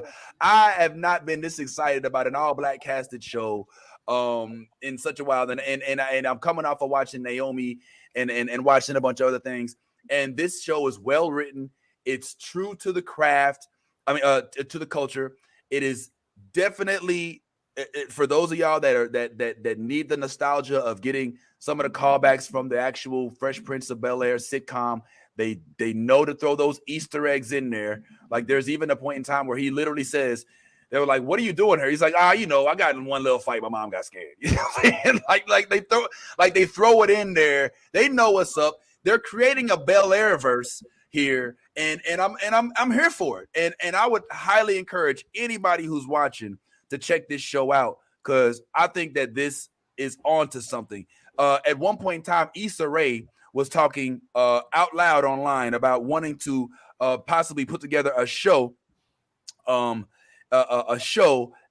does embody like a high school like kind of like a high school version of Different World. And dare I say, this could be close to it. Now, it's not just high school, all right, because again, Hillary and Carlton and Vivian are all very much involved, and so it's not teeny bopper. It's not even Sabrina the Teenage Witch had like it's hella teeny bopper shit about it. But this is an adult show about an array of folks, and I highly recommend it to anybody who is willing to see. How's the theme song? That's a very important question. That is a very important question. Shout out to Dark Secret on Twitch. Yo, Dark Secret. Yo, all right. So the theme song doesn't compare to the theme song from the show, obviously. But you'd be very impressed with the very first 30 seconds of the show. I'll say that of episode 1, the very first 30 seconds pays homage to the Fresh Prince theme, but I don't think that there's an actual theme. They don't have a theme song. I'm glad, because we're past the 90s and we don't need intro music or intro credits. I think they're so overrated and they only take away from time that could be given to the plot. But they definitely use mainstream music, a lot of Philly music, a lot of New York music, and even some dope ass down south. I got to hard disagree with you on the theme song thing, man. A good theme song is brilliant, and so please take that extra minute and just do a good theme song. Yeah, I mean, Peacemaker's the exception, but I mean, well, you know what? It's a lot, when you start Mandalorian. Did you ever skip the Game of Thrones theme song? You ever skip the Expanse theme song? Like, a good theme, it gets you, man. So yeah, that was a very important question. And I'm still check the show out, but I'm glad that I'm not gonna go in waiting for like a banger and then just kind of watching Carlton snort some coke. You know what I mean? So this conversation helped put us all in the right mind frame. Yeah. All right. Okay. All right. I take that back. I'm okay with the theme song as long as you give me the option to skip. All right. If I get the skip option, then I'm cool. But if I'm forced to sit through it, I might trip. You know what I'm saying? But I did watch every single Peacemaker intro for all 8 episodes. Yep. I will say I didn't skip any of those. For all my Power fans, I know they. Oh, yeah. All right. Okay, all right. Yo, everybody sat there listening to the thing. All right. You speaking facts. All right. So for all right. Power, Game of Thrones, Peacemaker, and that's it. All right, and Fresh Prince and Chippendale Rescue Rangers, and that's it. Darkwing Duck. DuckTales. Oh, yeah. DuckTales. Okay, all right. Voltron. There's just so many. Yeah, Simpsons. Like, yeah, we got Family Guy. All right. Bulldogs. Oh shit! I am the. We're gonna bury your point so hard that it's gonna pop out in China. Yeah. All right. My bad. All right. You know what? I take that back. Yeah. All right. We like the intro music. But yeah, give us the skip option. That's all I'll say. Give us the skip option.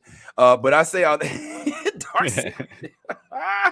Yo, he says he still gets excited when he Right? I see you, Jay. What's up, That's Jay? an all-time. That's an all-time banger. Did you know that his brother's actual name was Fred Sanford, like Red Fox? I didn't know that. Yeah. That's cool. But yeah, man, it's not a scene theme song. Mark, that's my dog Mark from high school. If you still here, man, what's going on, bro? Good to see you here, man. Welcome, man. I hope to see you more often on Saturdays and on the replays too. But yeah, man, it's cold as fuck. I sincerely recommend it to anybody out there who's able to get the Peacock app. It's fuego. I was so mad. I thought that all the episodes were up on it, and then I got to episode 4 and to find out that I got to wait until next week. It airs on Fridays, so I mean, if y'all can catch up, we might even start following that show. But that's definitely dope. Now, we have gotten to the last 30 minutes. I just want to real quick send another quick shout out to Yaz. Love you and we miss you, and we hope all is well with you and your fam in everything that you do. You know, you are a founder and you can never be replaced, and we can always make the show better and everything better with you. So just from our panel to yours, a couple seconds of respect in adoration of your absence today, whatever reason it may be, because I know you would have definitely geeked out on some of these next subjects, especially I don't know how you feel. I know how you feel about zombies, but I'm curious to how you feel about dinosaurs. And so I would like to talk a little bit about one of my favorite movies and favorite books, Jurassic World, which is coming out. Dominion. They just released a new trailer, which seemed to star three of the OGs from the classic Jurassic Parks. Are we all Jurassic Park fans on this panel? If so, let's hear about it.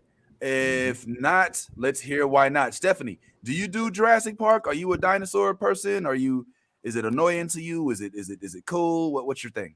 No, I enjoy it. I've enjoyed all the Jurassic Park movies. I think they're a lot of fun.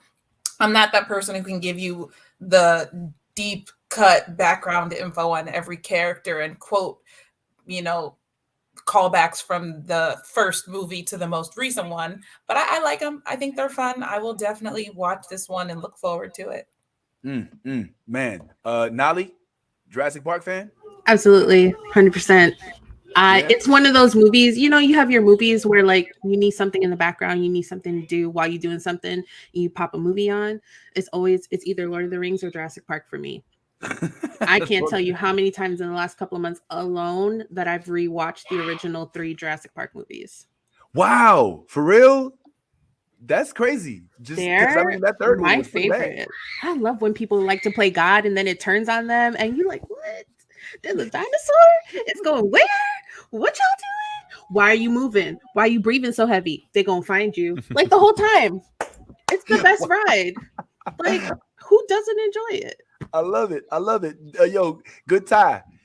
You start Jurassic Park, bro? Oh yeah, the first Jurassic Park I think is an all-time great and an absolute game changer in movies. The everything after was fun and it was dinosaurs and fun and craziness and stuff like that. So it was fine. I'm interested in this new one though. I feel like they finally are bringing it where it needs to be, and maybe getting back to a little bit of the horror elements that made the first Jurassic Park so good. Yeah. I think that was an element that started to kind of get lost. Talim, what about you, bro? I like at this point, everything leads up to me finally seeing somebody riding these goddamn dinosaurs. We've seen movies where I think the last one where what were they, Velociraptors? And he had that relationship with the Velociraptor, and it saved his life and all that kind of shit. I need to see at this point somebody riding dinosaurs out to battle. Like this is like, I mean, if it's just another, us running from the dinosaurs, they periodically picking us off one by one. That's just I've seen enough of that from Jurassic Park. If that's the case, I want to see something that I haven't seen. You're trying to. What if there's a scene? Oh, sorry. Go ahead, Tyrone. I was gonna say, what if there's a scene in the movie that's just kind of like a little side scene where, there's like some home video footage or whatever, and all of a sudden you see somebody pop on the screen. And he's like, "I'm Johnny Knoxville, and this is riding a Triceratops," and then he like jumps on the Triceratops, and then he dies, and he's like the first dead. Like, what if would that be enough dinosaur riding? And listen, if they give me that in the first 30 seconds, I'm sold. All right, there you go. Johnny. I'm Steve-O, and this is getting eaten by a T-Rex. Well, look, you're trying to turn this into they're not banthas, they're dinosaurs. I'm trying to turn it into something different than what I've already been seeing in like 5 movies now. So like I'm just okay. Need something a little different. Just don't give me the same old. Because I mean, what I described is literally what happens in every movie. At some point, everybody starts running. You all get picked off one by one, and then at some point, like you either blow up the island, you either get off the island, or it's the same old. It's the same old same. So I need to see something I haven't seen. Like the last Jurassic Park, we saw a velociraptor, like defending a human. Why can't we see humans riding these motherfuckers at this point? Oh, I mean, why the fuck do they gotta ride the dinosaurs? I mean, because the villain of the movie is the dinosaurs. So at the you're gonna have to go up against T-Rex like you're doing all of them, or some version that they've created and spliced this DNA and made this. You know what I mean? Like, come on, like it's the same old same. You're gonna have to battle the dinosaurs. What is gonna be their predatorial foe on the food chain? Okay, well, obviously you've hit on a good point. They can't be as afraid of the T-Rex anymore, because I mean that was basically the first movie, and then the second movie it got bigger and bigger and bigger and bigger. Then you end up with so I love the fact that the Velociraptors are like kind of like this other fearsome being that has intellect, and the biggest takeaway from Jurassic World was that there was a T-Rex sized Velociraptor, you know what I'm saying? Which is frightening as fuck if you think about it, because I mean the Velociraptors are the ones that opened up the doors, you know what I'm saying? Excuse me. So I don't think that you're going to get a whole lot of different stuff here, Talim, unfortunately. I think you're going to get a bunch of folks who are being chased by dinosaurs. I think that the different concept is that now, instead of them being at any kind of park, which is why it's called Jurassic World, they have been released into the wild. There is no lysine effect that they need in order to keep the animals alive. In the original movies, when they were on island, in the books, I'm a huge Michael Crichton was my favorite author of science fiction. Andromeda Strain, Congo, Jurassic Park 1 and 2. So in the book, he describes it as basically at Island Nublar, which is where these dinosaurs originally were in Jurassic Park. They had to live out. There was a certain protein that was in the plants that they were eating that they had to have in order to survive. It was called lysine. And if they leave the island, the theory was if they leave, then they'll die because they cannot survive without this protein. Well, they have mutated. They have developed another island, and in the last movie, they actively transported all of these fucking dinosaurs to the mainland, and now they're loose. So it's no longer a park. It's them that you could wake up and look out your window, and there's a Velociraptor. You know what I'm saying? So I think that the biggest thing from this upcoming movie isn't that it's no longer a park. Is that now we are evolving to integrate prehistoric beings with current modern day world. And that's what the overall arc is going to be for this movie. It's going to be you seeing, a pterodactyl on top of the Pentagon or of the Washington Monument. You know what I'm saying? Stuff like that is what we have to look forward to. So in terms of, the getting off the island aspect, I think that's gone, Bad Tie. We're going to see missiles and armies launched against dinosaurs, which means they have to be pretty powerful. long as I see somebody riding a dinosaur, I'm good. I just need one scene of somebody riding a dinosaur, and we good. Bad times happen. All right, fair enough. Well, I'm looking forward to it. I was going to show the preview, the trailer for it. I don't know if we have time for it right now. In fact, dare I say, let's just say we don't. All right, let's just say we don't have time. Maybe we'll do it afterwards because we now have to get to the next thing on the docket, which is the Nope trailer. Jordan Peele, once again, is giving us something to raise our eyebrow at. I haven't seen this trailer yet. I don't know if y'all have seen it, but I know nothing about what's about to happen on this trailer. All I know is that Jordan Peele is right now leading the Black community in movies that are not about trauma, unless you consider Get Out a trauma movie. He's kind of like our sci-fi guy right now. Am I right? I mean, Jordan Peele is giving us the alternate Black universe of which we can imagine ourselves doing things that don't involve, all of the usual, Black trauma ship, Tyrone. Yeah, no, 100% agree. I want to watch the trailer. I want to see a reaction to the trailer, but 100% agree. This is already the best movie I haven't seen yet. So, oh, for real? Yeah. Oh, yeah, it's like that. No, I can't wait. I'm super excited. Okay, I haven't seen it. Has everybody here seen the fly? Has anybody here seen? You've all seen it? Ty, you saw it? Yeah. Damn. All right, so I'm just all right. Damn. Slacking. Right. Excuse me. I held it for the show. My bad. All right. So here it is at the last half of in the last few minutes of the show, just in case they want to cancel us for it. The Nope trailer. Let's see what it do, everybody. And here it goes. Oh, shoot. What are you doing? My bad. It had a little hiccup.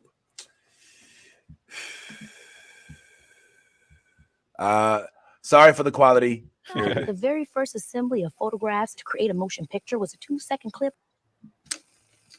Did you know that the very first assembly of photographs to create a motion picture was a 2-second clip of a Black man on a horse? And that man is my great-great-grandfather. Great. There's another great-grandfather. But that's why back at the Haywood Ranch, as the only Black-owned horse trainers in Hollywood, we like to say, since the moment pictures could move, yeah, skin in the game.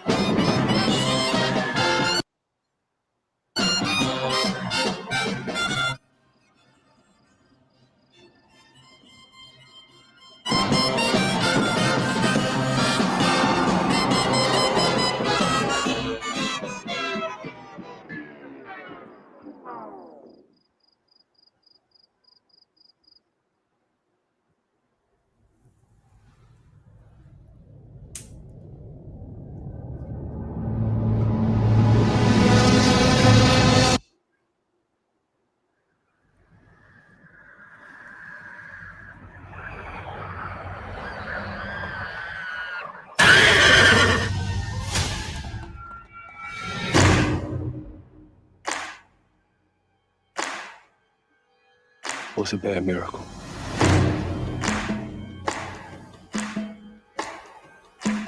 They got a word for that. Yeah. See ya. See ya. See ya.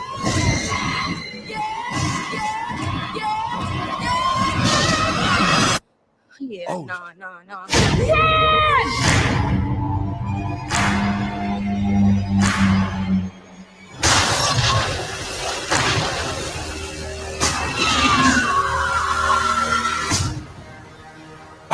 Oh. Yeah. Come on. Yeah. Yeah.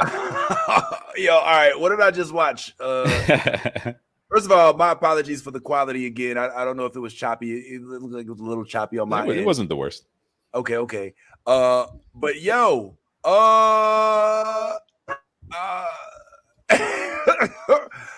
okay. First of all, Daya Kalua is getting all the work. Good grief. Good on you, Deservedly homeboy. so. One of the best actors around right now. I mean, and if you could say, "Oh, I'm revolutionary. Yeah, you could definitely get your way in any movie. What did I just see? Somebody break down what just happened. They live on a ranch, and now something's in the sky. And I remember seeing the float where there was some strings of flags coming out of it. Is this an alien? I still can't really determine whether it's an alien movie or if it's supernatural. What's going on, Steph? It's aliens. I did a little bit of research, and there's a place where you can see an alien in the trailer. There's alien merch. It's definitely aliens, but in the spirit of Jordan Peele, we don't really know what the fuck is going on because he doesn't want us to. I think he's definitely tight-lipped on this, and I think he's getting my whole gist of not wanting to give too much up front so you can enjoy the movie more, right, Nolly? I mean, does this intrigue you? What you think about the trailer? I mean, it's Jordan Peele, so I'm absolutely going to see it. But yeah, do y'all remember that movie, The Happening? Mm-hmm. Yes. Okay, so it's giving me like The Happening with some alien vibes, and I don't really know, but like I'm here for it. It's definitely giving like M. Night Shyamalan vibes too. So like I'm ready for whatever the plot twist is gonna be. Yeah. In The Happening, for those of y'all that didn't watch, it was a Marky Mark movie in which the trees were attacking the humans by stockpiling the oxygen that they were supposed to give. And at the end of the movie, like there was supposed to be this major thing that happened, and even Marky Mark said nothing happened. That's just crazy. Bad Ty. Yo, what do we learn from this trailer? What you feel about it, homeboy, before we wrap up? I mean, we didn't learn much. I'm a huge Jordan Peele fan as well. So, as with Feige, you just kind of expect the work to just turn out good. So, I'm not going to speculate too much about it. I do, however, I'm not huge on her as an actress. I love her, as a human being, but as an actress, I'm not huge on her acting. So, wow. I will just have to wait and see. Yo, what's up with that? What's up with the Keke Palmer? I mean, it's not a shot or a slight to her. I'm just, as far as her acting goes, I just don't think she's the greatest of actors. It's not a shot. It's just an observation. What is it that you saw her in that deterred you? All right, because here's what I'm thinking. I'm thinking Akeelah and the Bee. All right, I thought she was phenomenal in Akeelah and the Bee. I think she did take a step backwards in the Tyler Perry movies. I think that was a little bit below her speed. I think that she did have to wrestle with, she did the teenage thing where she had to kind of come out of her shell and own her blackness and do it out loud, which I love. But I haven't seen her in anything that really deterred me from thinking that she has the capability of acting. I'm just curious, what it is that leads you down that path. I mean, you just actually answered it. I mean, that's why I don't know about her acting, is because she really hasn't done anything. But thanks for making that point for me. She really hasn't.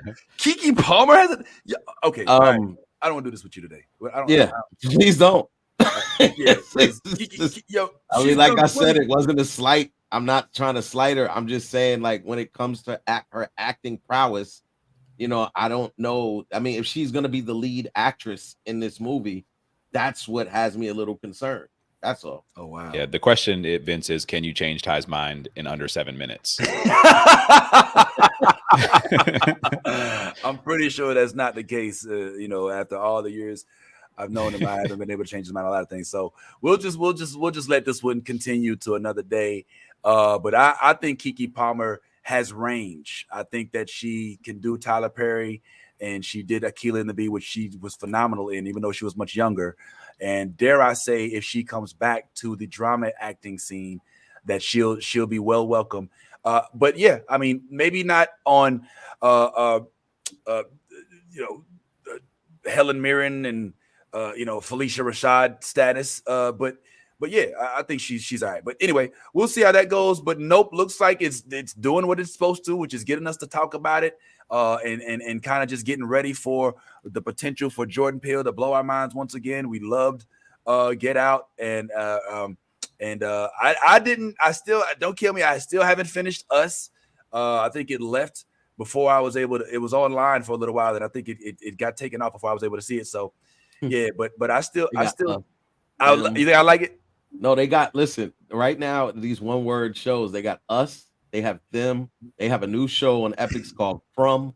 Now we have Nope. Like it's just, Nope is a movie, right? It's not a show, yeah, right? It is. Yeah, you're right. Yeah, these one-word joints, Bel-Air. Let me stop. That doesn't count. But yeah, man, I'm with it.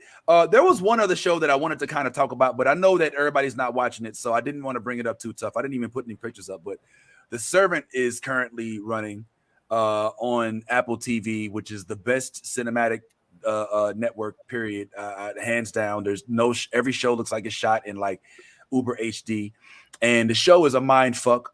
It's crazy, and I'm not even bringing it up for discussion. I'm just bringing it up as a point of interest, so that y'all would keep it on your list of potential shows to watch. I know we are being bombarded right now. I still haven't finished Raising Dion. We still got Vox Machina on a week basis. Lord of the Rings is coming. Moon Knight is coming. I know we're being bombarded, even in the absence of Peacemaker and Boba Fett. But let me just throw The Servant out there for your viewing pleasure if you do finish everything and get caught up. We got to go ahead and wrap this stuff up, man. I don't know if anybody has anything on the way out. I will yield the floor if anybody wants to speak up real quick. Thanks for watching, everybody. Facebook, Twitch, YouTube, everybody. Thank you. Yeah, man. Yeah, same thing. Thanks everybody for watching. Make sure you tune in to Multiverse every Wednesday at 6:30 p.m. And yeah, make sure y'all tune in to the Multiverse 6:30. Make sure y'all go and like and follow and subscribe to the Multiverse on Facebook, as well as on YouTube and wherever else you can find it, which is everywhere. Nolly, thank you so much and your Wiccan-ness and joining us and educating us on Wiccan stuff today. And we hope that you'll join us again in the future as well, and kind of stay close on our little round table here. Absolutely. I love for the impromptu invites. Well, yeah. Well, always. The door's open. All right, yeah. Thanks for having me. Just put us all on blast. There's that part. All right. Well, anyway, Steph, thank you so much for taking the pictures. Oops, didn't mean to say that out loud. And being here as well. And of course, everybody, thank y'all so much. I had a moment that I wanted to talk to everybody about real quick. Listen, guys, for those of you all who are angry at the following things, please continue. Please find a quiet place to kill yourself. I mean it. All right. If you have an issue with black elves coming to the Lord of the Rings, all right, please find a comfortable place to call out for a human cannonball in front of a flaming building. Also, if you have problems with the Fresh Prince being depicted as a real individual that's not just there to tap dance and make you laugh and to just make things real cute and funny all the time and wants to bring out real issues, then yes, by all means, please latch yourselves to the people that are doing the human cannonballs. And who knows? Now, in all honesty, of course, I don't want you to hurt yourself. I'm speaking from metaphorically, but do examine your insides and decide whether or not you really don't want these things to happen just because of your level of comfort. And if you're willing to give away others' level of comfort just to suit yours, because those of us that are people of color don't get representation in a lot of these realms. So when we see black elves, we're like, finally, whereas you see it and say, why would they do that? And we're saying, well, why didn't they do it in the first place? But in all things you are, if that's who you are, be you, be your authentic self. Otherwise you're being fake. And like I always say, if you a geek in real life, go ahead, let that geek flag fly. We miss you. We love you, the ass. We hope to see you soon. Talk to y'all later. Fighter 2, I just really hate Zangief, only Ken and Ra. You, I find it hard to be Blanca, keep a wee ninja hanging and the uncle album banging. If you negative in energy, then stay out the vicinity. Yeah, them niggas over there. Yeah, now look at what I wear.